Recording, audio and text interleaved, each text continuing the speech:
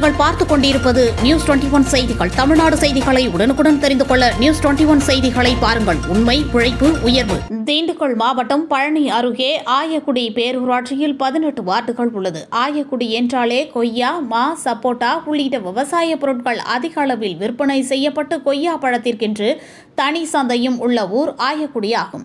இங்கு வார சந்தை செயல்படுகிறது. ஆயக்குடியை சுற்றியுள்ள ஆயக்குடி, கணக்கன்பட்டி, ராமப்பட்டினம் புதூர், கோம்பைப்பட்டி உள்ளிட்ட பகுதிகளிலிருந்து விளைவிக்கக்கூடிய விவசாய பொருட்கள் அனைத்தும் இந்த வார சந்தையில் விற்பனை செய்யப்படுகிறது. இங்கு திங்கட்கிழமை தோறும் விற்பனை செய்யப்படும் வார சந்தையில் விளை பொருட்களை வாங்க ஏராளமான பொதுமக்கள் வருகை தருகின்றனர்.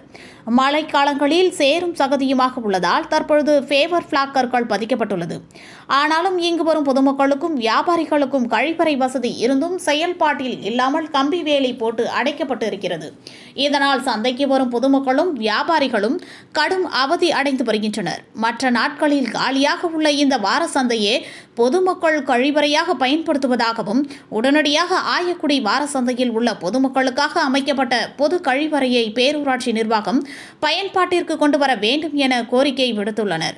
நியூஸ் 21 செய்திகளுக்காக திண்டுக்கல் மாவட்ட செய்தியாளர் பாலமுருகன்.